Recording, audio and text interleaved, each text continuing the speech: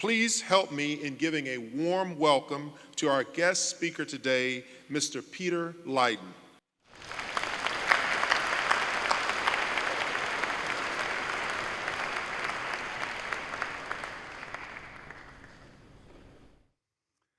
Well, thank you. It is an honor to be here. One of the things that he did not mention was that I went to a military academy for high school in the Midwest. I grew up in the heartland and outside in the Twin Cities of Minnesota.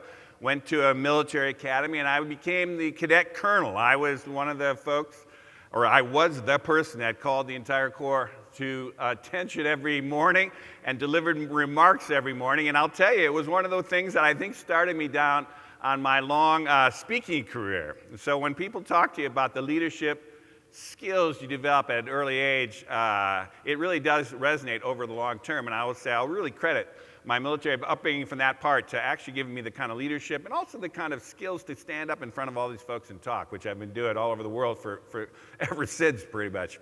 But I'm here to tell you, I really want to talk about the transformation of our world to 2050. And when I think of myself back maybe 40 years ago when I was in your spot, I would have loved someone to try to give me some insight into what's happening, not in the next year or the next 5 years, but the next 10 years, 25 years. Because that's really what we're talking about here. The next 25 years of your lives here. And I'm even going to touch a little bit on what's even going to go beyond that, because pretty much everybody in this hall today can expect to see the end of the century, 2100, easily given the kind of medical advances and all the kind of things we're learning here, that you pretty much all will see the end of this century. And so I'm going to do a little speculation at the very end of where we might end up there. Now, I'm just coming in fresh from San Francisco, and I just wanted to start by just kind of start where the news is right now. And this is, in fact, that we are all really at a moment here that will be remembered for a long time, I think. We are really opening up a new era of human progress, I would say, but in general, this step change we've just taken into what's essentially an age of intelligent machines. And it is you've heard a lot about this in media, but I would just basically say, sanction at some level, that we are actually in an amazing moment in history. You could actually say that humans, for all of our lives, we basically, or all of history, all of civilization's history, we had basically developed with our own muscle power, our own physical power, and maybe the power of animals. And then in the Industrial Revolution, or the early Enlightenment, we basically figured out how to create mechanical machines that amplified our physical powers. But up until now, anything to do with intelligence had to do with human brains. And we've just crossed is a similar huge threshold into essentially now we've figured out how to get machines that can act intelligently. And this is the beginning of a step change in our capabilities. This is the beginning of a real opening up an era of AI that we will remember, we'll never go back from. And once we're crossing, just like we crossed that physical threshold in machines and powered the Industrial Revolution, we're crossing essentially intelligent machines into another kind of era of what human beings can do. So that is a very, very big deal. Now, I did want to just point out, why did it happen now? This idea of generative AI, which you've been hearing about, which you kind of see it in the popular form of ChatGPT, the reason that this opened up now was essentially similar to what happened in the internet, basically in the early 90s, of which he said I was very much there at the very beginning there. But generative AI is essentially opening up AI to everyone. Governments and some big companies have been wrestling with AI and developing it in cruder forms for the last couple decades. But it is this breakthrough that allows any human to basically, just through language, to basically talk to the computers and talk to the data and that talk to essentially the artificial intelligence and get back in our language the answers that you want, which is opening this up to everyone. Very similar to what happened with the internet. Basically, the military had used the internet, or academia had used the internet before the early 90s, but it was the coming of the World Wide Web and the opening up of the internet that exploded what we know now as the Great Digital Revolution, was because it put it in everyone's hands. That's what just happened this year, in the last 6 months, really. And that's what's just beginning to this explosion. That's generative AI. Now, I've just, like I said, been in San Francisco, and one of the things he mentioned is that I have a history here of the last 25, 30 years of gathering experts from all these different tech fields together to come together to think through the implications of all these technologies. And I just did a summer series wherein every month I did a different piece of the puzzle of generative AI. The first one I did in May was bringing together literally about 250 experts from all over the world, mostly rooted in the Bay Area, around AI to think about what are the real implications of this. And I will tell you, almost to everyone there was that we have now made this breakthrough that many of the people in the room, been working in Silicon Valley for 40 years, did not think we would cross this threshold until now. They were completely surprised. I mean, it was a general sense, though, that we have really moved into this new kind of era, one. Two, businesses are immediately grappling with this because it's for real. This is not some delayed problem that's going to happen or implication later. So there was an immediate kind of understanding from everyone there that I was gathering that this is truly a very big deal. But then we also, the following month, I did one on the positive possibilities of generative AI. And we basically were looking at many positive things that could come out of this. A lot of people are worried about all the negative stuff churning up around this.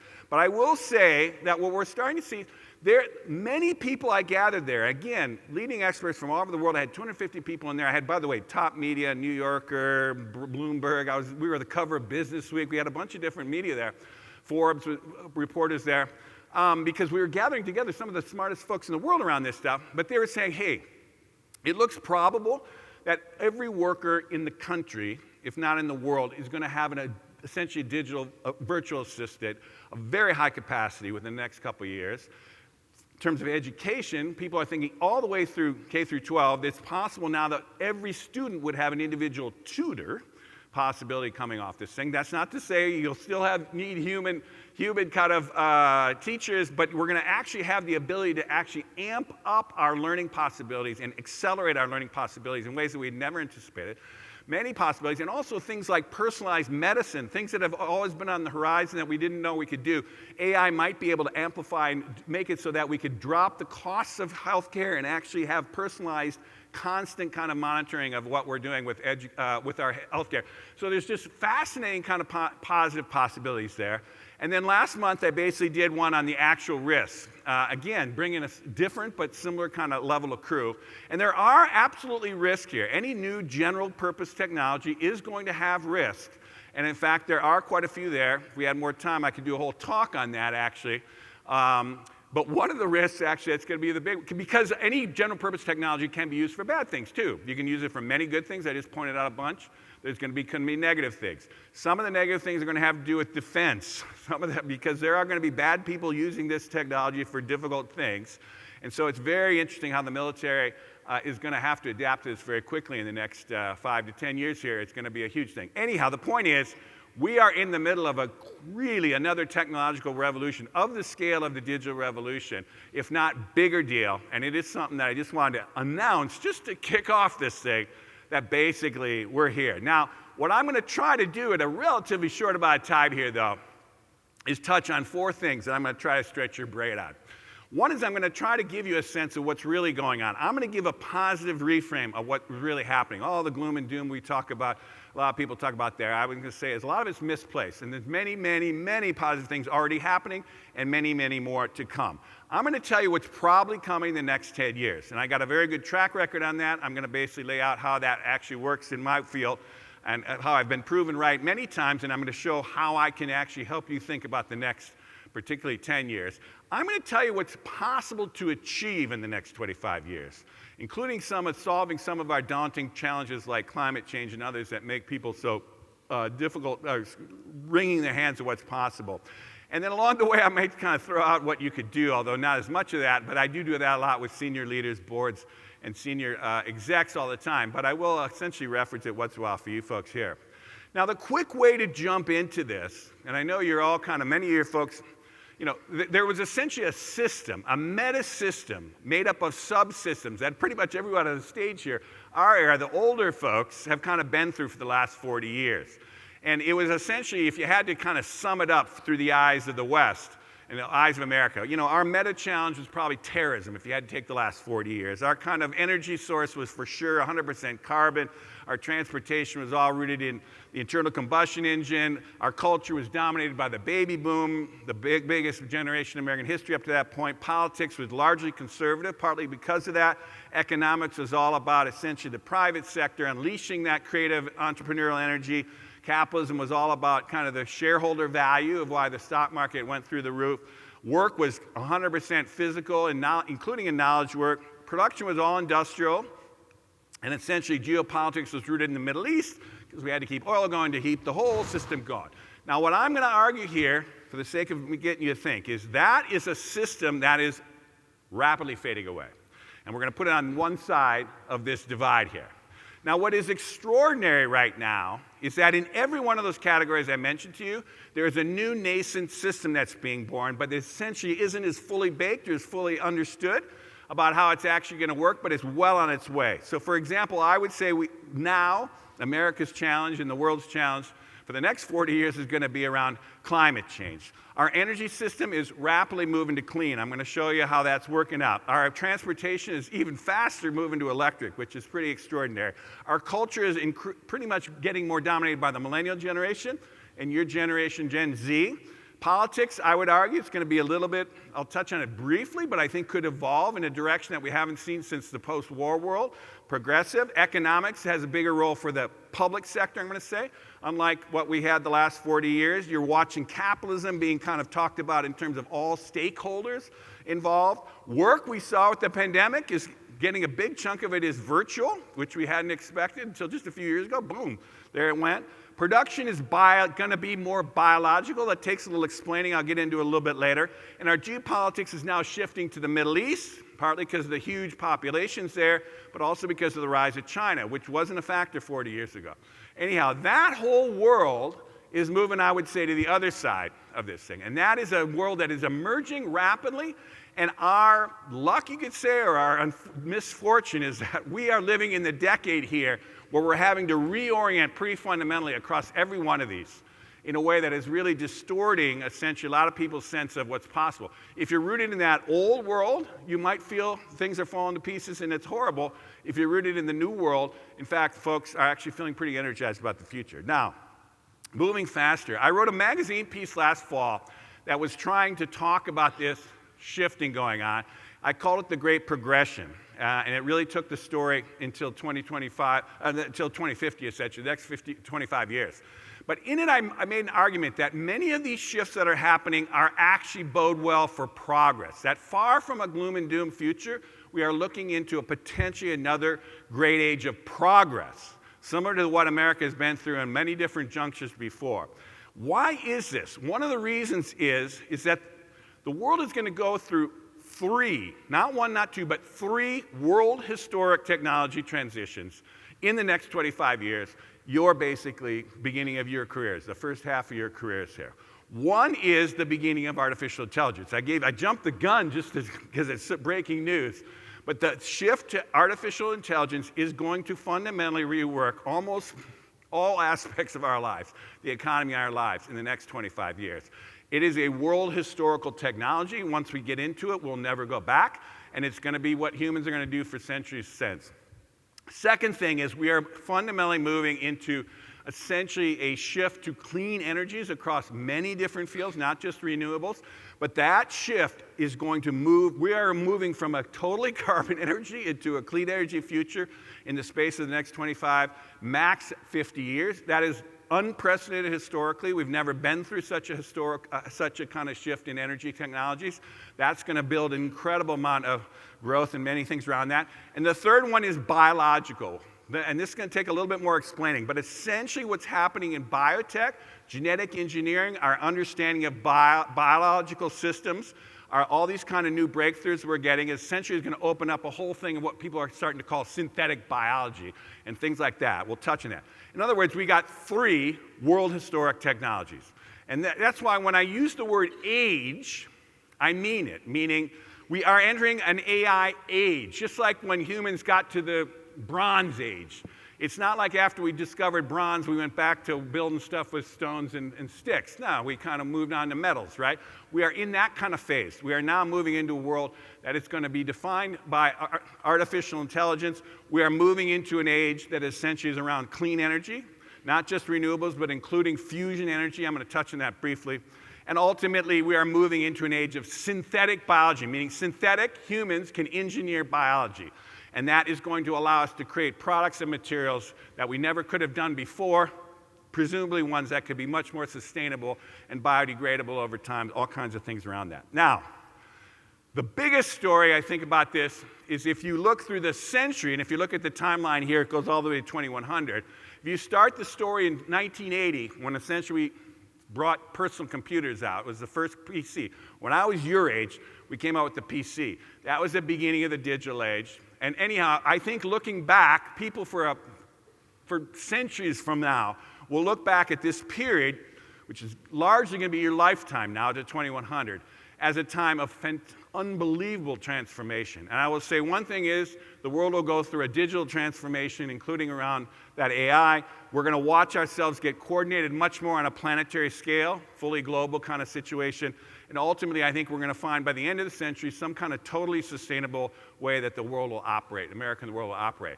This is your life. I'm going to mention briefly at the end if we got enough time here. Now, you say, why would I listen to this guy? Well, I tell you, he mentioned some of the books I did.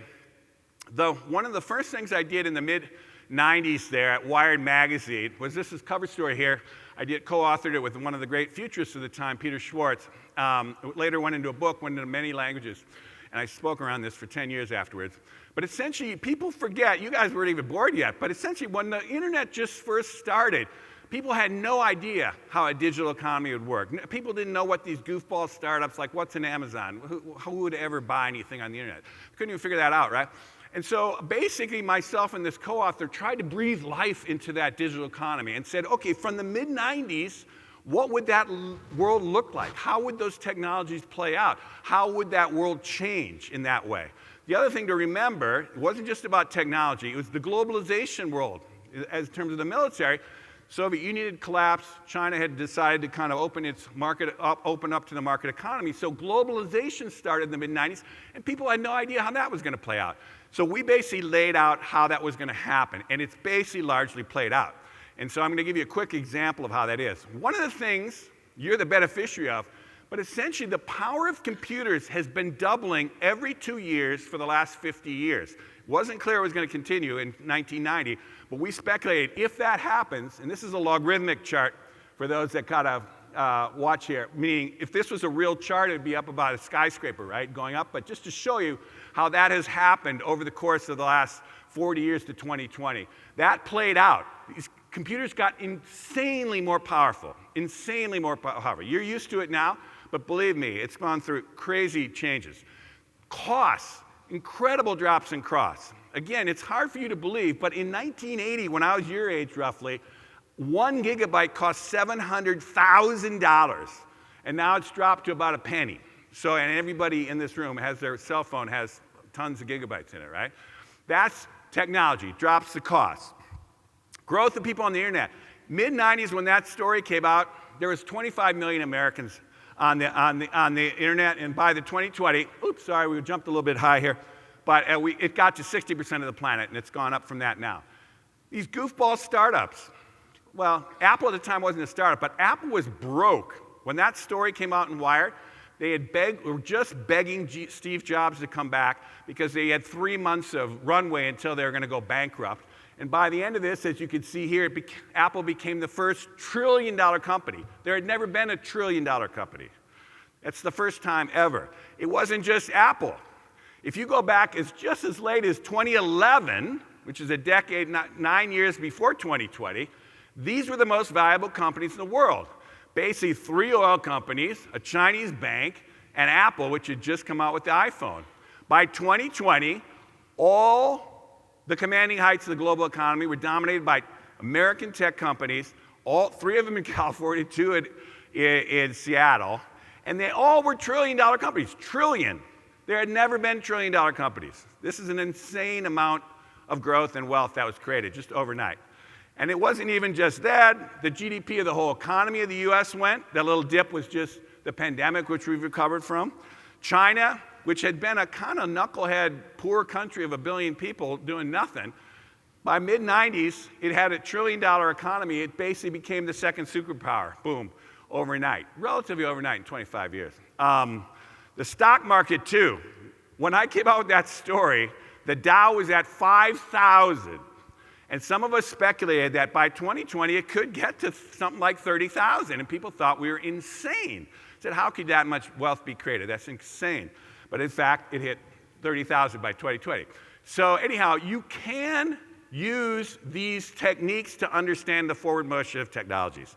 And so what I'm going to pay to do to you fast here is give you one insight into that and then move very fast into forward motion of the technologies that you're going to watch scale up here now. Now, one way you can do this is there's a very classic thing, and people in Silicon Valley are very familiar with this, called a technology adoption curve. And every single successful technology goes through these stages. Not every technology succeeds, but if they do, they're always going to go through these technologies of adoption. And televisions, you name it. Everything's been through this. The key thing, though, is where is the tipping point? When does it tip? And so a lot of the value in a guy like me is to see the tipping points. And we kind of bring that to senior leaders and stuff and say, this is where it's going to tip. Investors and others always are trying to figure that out. The thing about tipping points is, until it gets to a tipping point, the technology will be underappreciated and everyone thinks, it doesn't work, the cell phone is banging around, who cares, it's not working.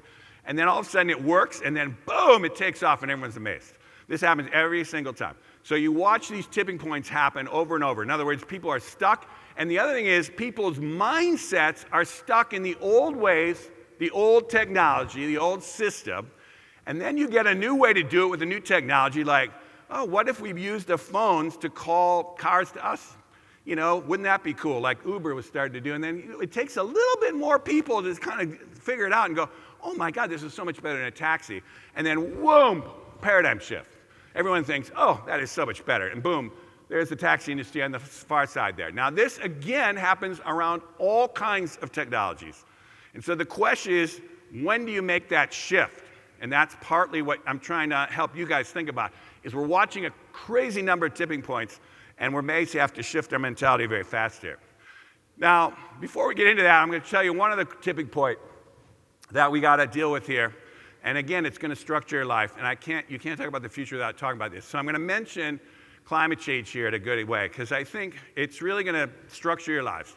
But in many ways, it'll be good things, because it's going to force a lot of interesting changes. So this is essentially the CO2, which traps heat on the planet, CO2 in the atmosphere since the time of Jesus. For the last 2,000 years, it was pretty much flatlining. And then it hit the Industrial Revolution when we were digging up fossil fuels and burning it and putting it in the air.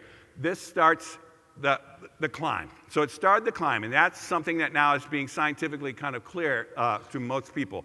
It gets worse than that. If you actually go back to human beings, Homo sapiens, which has our brains and our bodies, arrived about 300,000 to 250,000 years ago. And so as you go back, here's a chart tracking CO2 in the atmosphere. Since then, we can do this through ice cores and all kinds of stuff. We can measure this. Those ups and downs are ice ages, by the way. There is a natural fluctuation through ice ages, but as you can see, until we got to the Industrial Revolution, boom, it went way up from that. So we are going in the wrong direction in territory humans have never been in. Now, what we got to get to is this is essentially what's been happening as more countries develop. Essentially, different regions have been punching up more carbon in the atmosphere. Now, the U.S. is flatlining here, if you notice, since the 80s, including Europe. Advanced economies can actually slow this down and can actually even turn it downward and still have abundant growth and kind of high efficiency economies. Where it's actually coming now are the more developing economies, China and the others. But cumulatively, human beings are in the wrong direction here. Now, this is what's behind all this stuff in the kind of UN and everything, is how do we drive this thing down using new technologies and all these different ways to actually get it to where we can stabilize this thing. Because if we keep going in the wrong direction, it's going to be a mess. Now, that's all we're going to go into there. The thing I want to shift to is here right on cue. This is what's happening with these new technologies. And it is an astounding development that I think is underappreciated. If you would have gone back into 2010 and you asked, okay, when will renewable energy scale or really be able to get cheaper than kind of conventional energy, people could have debated it for the next 20, 30 years. That has actually tipped. That is essentially now tipped. And so what we're watching is across the world right now, we're watching essentially this very similar thing that happened in the digital revolution is happening with basically solar cells. So here's one example. That same cost reduction I showed you before with gigabytes basically has happened with solar cells. And again, if you just take 1980 to 2021, the latest numbers here, essentially what's happened is they've come down about 100% basically in this time period. But essentially they're getting cheaper than coal and others. Basically are starting to actually get cheaper. So what has happened? We've watched the same dramatic growth up to about in the last 10 years. We've actually watched the same logarithmic growth, which is doubling again. You want doubling, doubling, doubling. And actually, again, if this was a normal scale, it would actually be going through the roof here.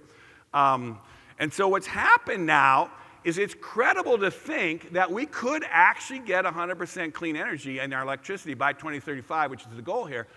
That red line was essentially what we were defaulting on, and it's looking like, we just put a big influx of government investment into what they call, essentially is a climate bill, but it's an Inflation Reduction Act. But basically, we're watching that we're stimulating the economy enough that it's actually starting to happen. And so then, with the government kind of initiating some of it is now we've got the private sector going, full hog. Last year, we had $1.2 trillion in private investment went into the clean energy sector. That green side there, $350 billion alone went into electric vehicles in 1 year from that's private money. Now that's going to shift me quickly into this other thing here on the thing that's happening with cars. And same idea. What happened with electric cars? Well, what happened was the price of lithium batteries came dramatically down. It basically this is the chart here that's got it down, just dramatically down. It's come down about another 100% since the 90s. In the last 30 years, the price has come down 100%, which allowed us to basically watch the global inventory start to take off. It's 10% of all new car sales in the world are now electric. Basically, in the United States, which is a little bit of a laggard, it's up to 5%. Now, 5% is significant because that tipping point, when I talked to you about previous technologies, tipping points often are at 5%. Basically, if you look at other parts of the world, China and Europe are already at 20% of all new cars are electric. And here's the projections. Look it out till 2040 here. This is essentially the U.S., depending on where we're going to get, but we'll probably catch up with that. But essentially, this is a reasonable projection to 2040. And if you look at how the evolution of the auto industry is going to move here, is you're going to watch throttling back of producing internal combustion engines. This is the 2040. And the building up of this hybrid will take a little transition here, too. Now, don't listen to me just say this. Every single auto company in the world is basically throwing themselves at this now. This is not a debate. This is not a political statement anymore. This is just the cheapest way to go.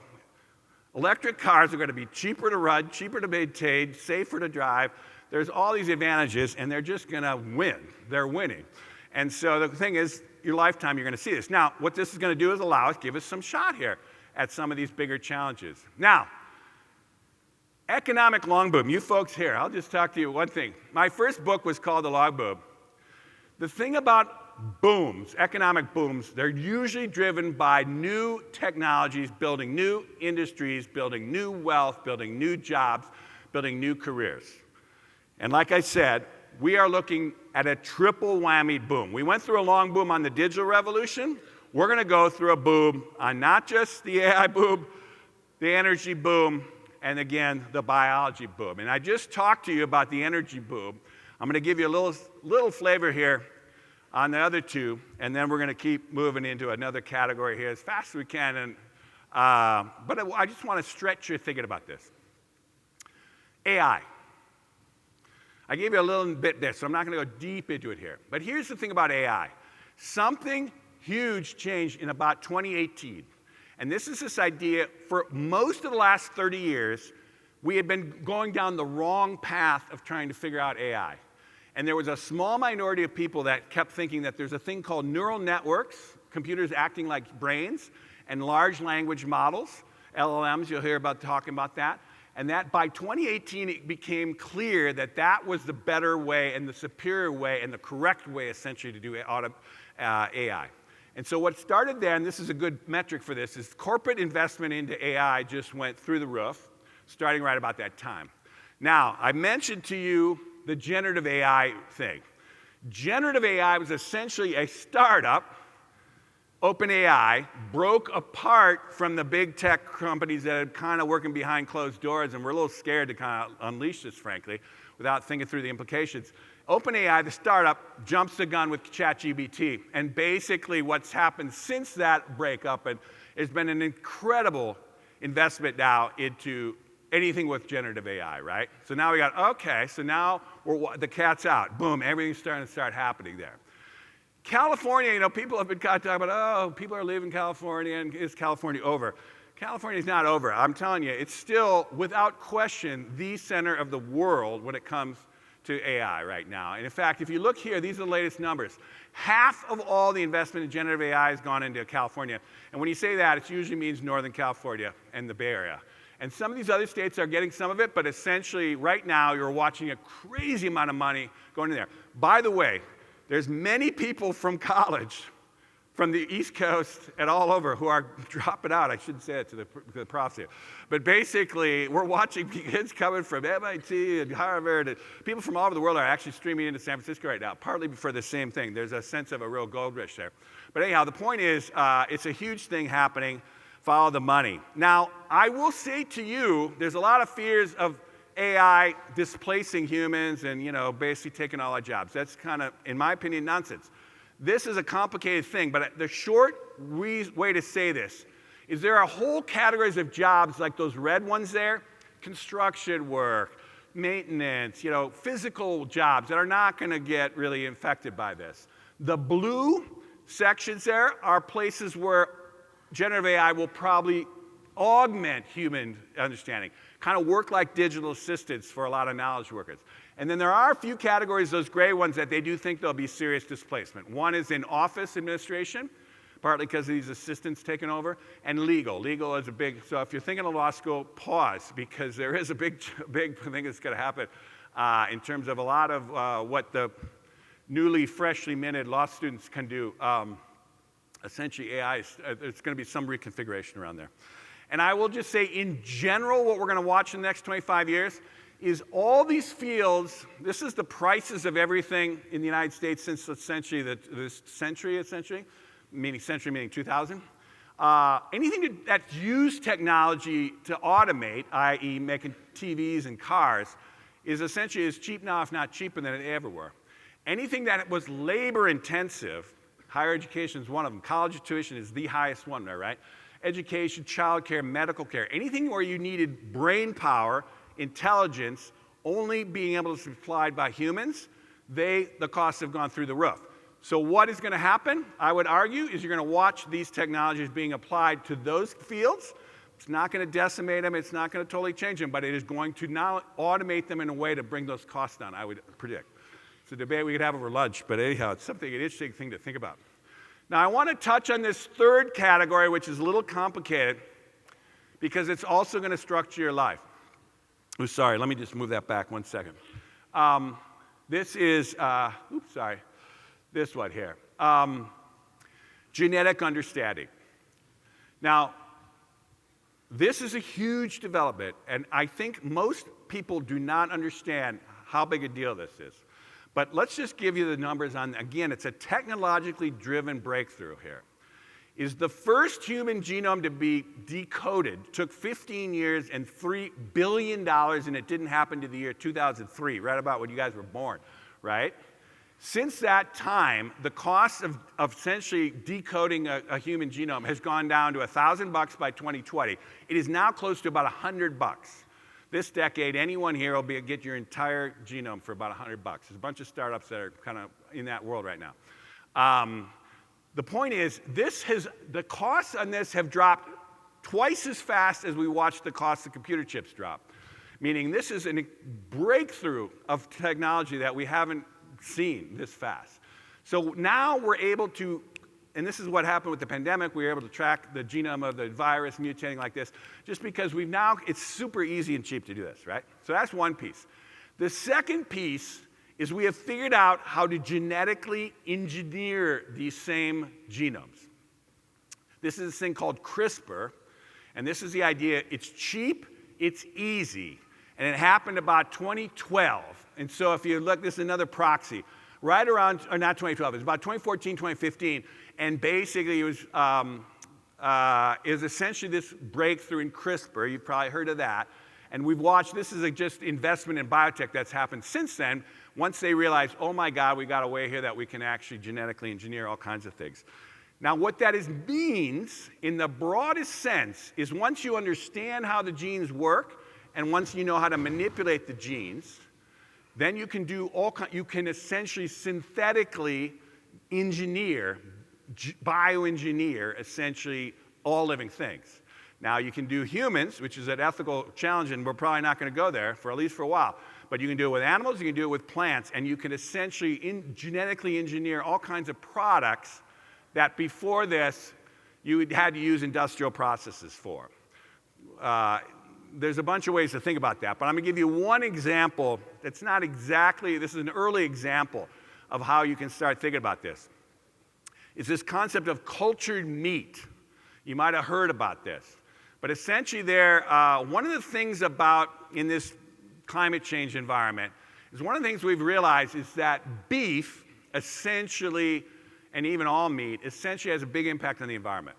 And this is a good chart here of how much, if you raise beef the traditional way, all kinds of problems, byproducts, methane, all kinds of things that contribute to global warming. So there's a big push to think, what is a different way we could do this? And so what we figured out is a way called cultured meat, where you take the cell from a cow, you don't have to kill the cow, you can take it from a pig, you can take it from a fish, whatever. You put it in a vat, you feed the same amino acids, the same kind of, all the things that the cattle would get roaming around, chewing grass and drinking water for years. Basically, you put it in a vat. From that cell, you essentially grow that cell. The cells grow up. It is exactly the cell meat, so it tastes exactly like meat. It's not like an Impossible Burger or a plant trying to be beef. It essentially is beef. Now, anyhow, there's essentially, it's still quite expensive. But just like all these technologies, we're watching it come down. The FDA just approved, by the way, chicken's being done this way, cultured chicken, which you'll be able to buy shortly here. But anyhow, the point is that we can imagine essentially until 2040, people are starting to think, well, what if all our hamburgers just got created that way? Like, you don't need a great slice of beef. You'll probably still need a great slice of beef for that night out you want to have. But basically, for a while, we're starting to think, we could actually shift an entirely different way to raise animals. Now, this isn't genetic engineering, but essentially it's biological engineering, because we understand through the biology how this works, and we can actually now replicate it as a technology now. We're synthetic biology. That's what that is. That's a good example of one of those things. Now, I'm going to shift here briefly to politics, add a little bit of generational things that are happening outside here. And again, I'm not going to get into partisan politics, but I want you to understand how your life might change here. People get stuck that the thing that they grew up in or they see when they come out as a young adult is what things are. No. And one way to think about this is you're going through the huge demographic change America is right now. And one way to understand this is that here is the American population in 2020 by generation. And if you kind of shade off the old people and the young people, that's the guts of the American economy. That's who buys stuff, that's who works, that's that. Now, one thing you notice there is the baby boomers are basically half retired and they're sliding down. Why are they doing that? That's because they're dying, basically. Those are the numbers that are going down.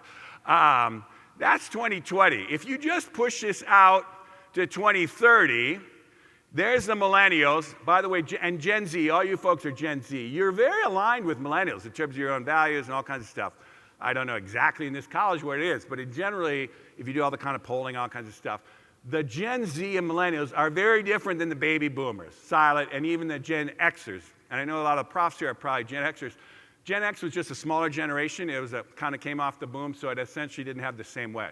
Anyhow, that's 2030, and we're talking about to 2050. You go, okay, well, so whatever Gen Z and the millennials want, that's what we're going to do, basically, in a democracy. And in fact, if you look out to 2050, where we talked about, we don't know what your kids are going to be like. Maybe they'll react to you. They'll be very different. But basically, the point is, we do know this is in motion. This is a thing that's happening. Now, I would say that has not been fully understood in politics. And so I would say the second piece that you have to understand about America in terms of new majorities is both the millennials and your generation are roughly 50-50 people of color and white people. This is the first time in American history that we're close to this. It's the first society on the planet that has been anything like this. And so we're watching essentially a new way of thinking about what America is. There's been two big booms in American immigration. Goes way back. That first boom was essentially the European immigration from the late 19th century, early 20th. After the war, it was throttled back in the World War II. And essentially the second great boom has been what we've just experienced. And that was opening it up to people from all over the world. And a lot of people from Asia, a lot of people from Latin America. It was also started with Ronald Reagan and all kinds of stuff. It wasn't a partisan thing at the time. It was very much opened up. We needed immigration, so we did it. So what has happened, though, is America is now, for sure, on the way here to essentially a situation where people of color will outnumber white people in this country by about 2045. This is a little out of date. This is essentially where California was 15 years ago. California is about 35% white right now. And this was 2020 where people are as a percentage. So we're watching a very different society. Now, what I want to just play out in politics, because this is going to affect where you're going here a little bit, is, as we wind up here, is America has a pendulum swing in its politics. And it's hard when you're young to come out, you think this is how politics is. No. There's essentially been two kinds of eras in American history. Conservative eras, progressive eras. They're kind of in the word. They both are useful. Some conserve, we got to progress. Sometimes you want to renew. Sometimes you got to reinvent. There's just been this waffling of back and forth. It happened with Ed. What has happened, all it takes in America, if you got a 50-50 society that you could say the last 10 years of America has been like this, which is why nothing gets done and we're all fighting and all that. All it takes is you take 10% into one camp or the other. This, by the way, the last 40 years has been mostly more conservative. That's how it went. I'm arguing that you're probably going to shift that way in the next bit of time here. So one way to think about this in American history is that we essentially had, coming off of World War II, the last great progressive era, you could talk about it, in which more egalitarian energy, a lot more public investment, higher taxes, a bunch of stuff, higher regulation of business. You know, that kind of happened up until after the war.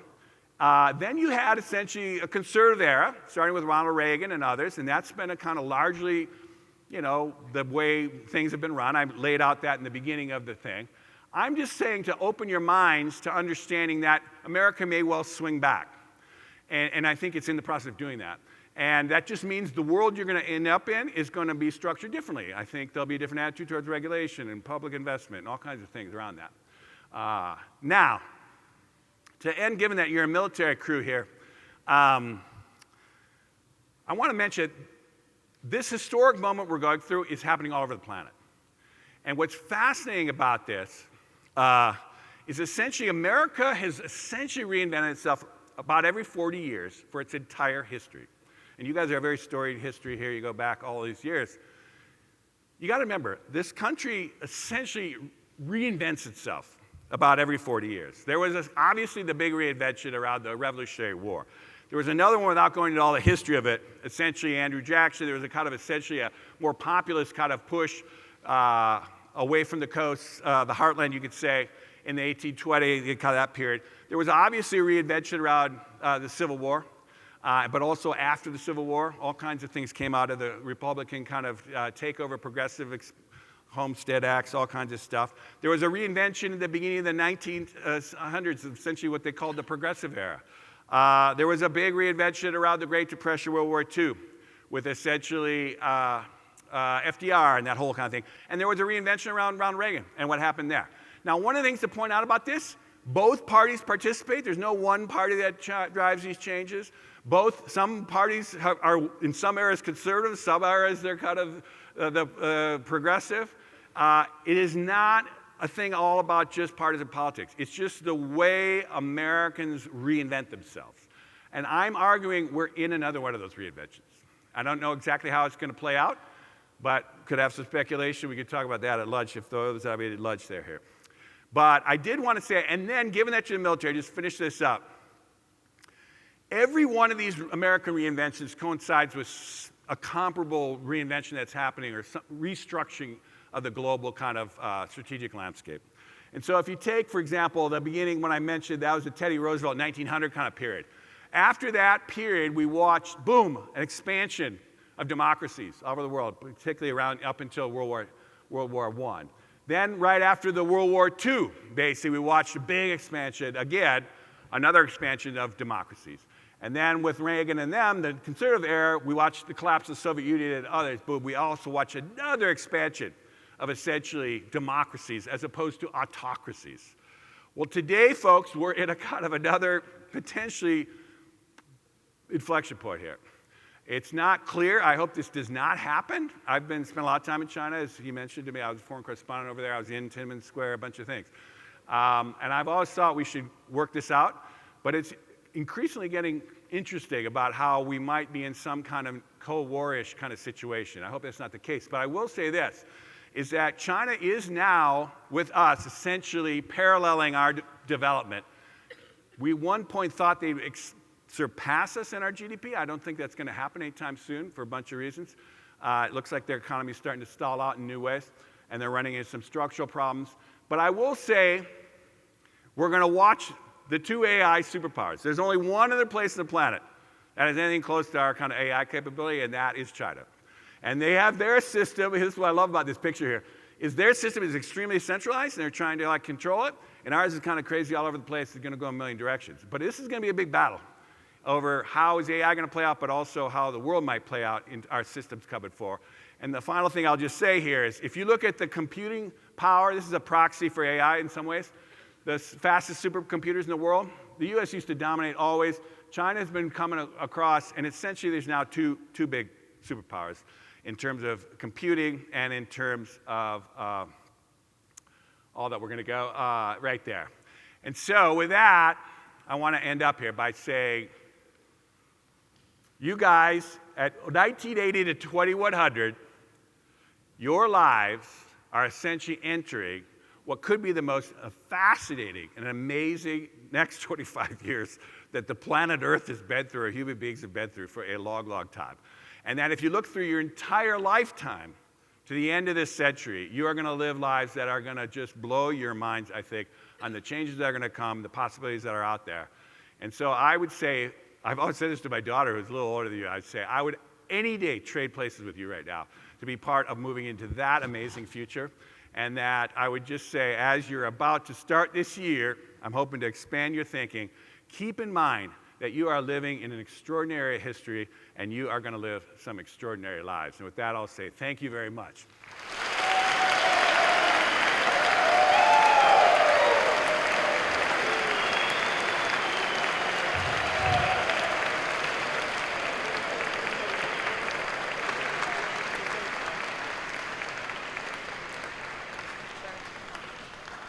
On behalf of the Board of Visitors, General Wins, and the Corps, we'd like to present you with this. And thank you for your Oh, thank you. Thank you very much for this. It feels like a brick. Thanks, folks.